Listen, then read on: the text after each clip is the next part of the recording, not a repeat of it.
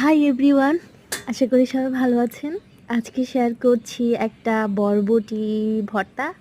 সেটা হচ্ছে রুই মাছের লেজ দিয়ে। প্রথমেই হচ্ছে আমি বরবটি, কাঁচামরিচ আর হচ্ছে একটা রুই মাছের লেজ ভালো করে ভেজে নিয়েছি।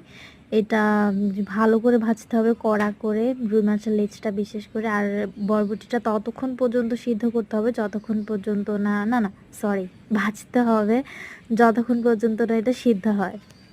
ওকে, তারপরে হচ্ছে নেক্সট পার্ট। ওকে, এবার হচ্ছে আমরা এটাকে ভালো করে পাটায় বেটে নিব। ব্লেন্ডারেও আপনারা করতে পারেন, বাট ওটা অত বেশি মজা হবে না। পাটায় বাটতে খুব মজা হবে। আম্মু বেটে দিল। তারপরে হচ্ছে লবণও দেখতে দিল আমাকে, একটু লবণও দেখে নিলাম। ভালো হয়েছে, খুবই ভালো হয়েছে, একদম পারফেক্ট। সবাই ট্রাই করবেন বাসায়। আল্লাহ হাফেজ।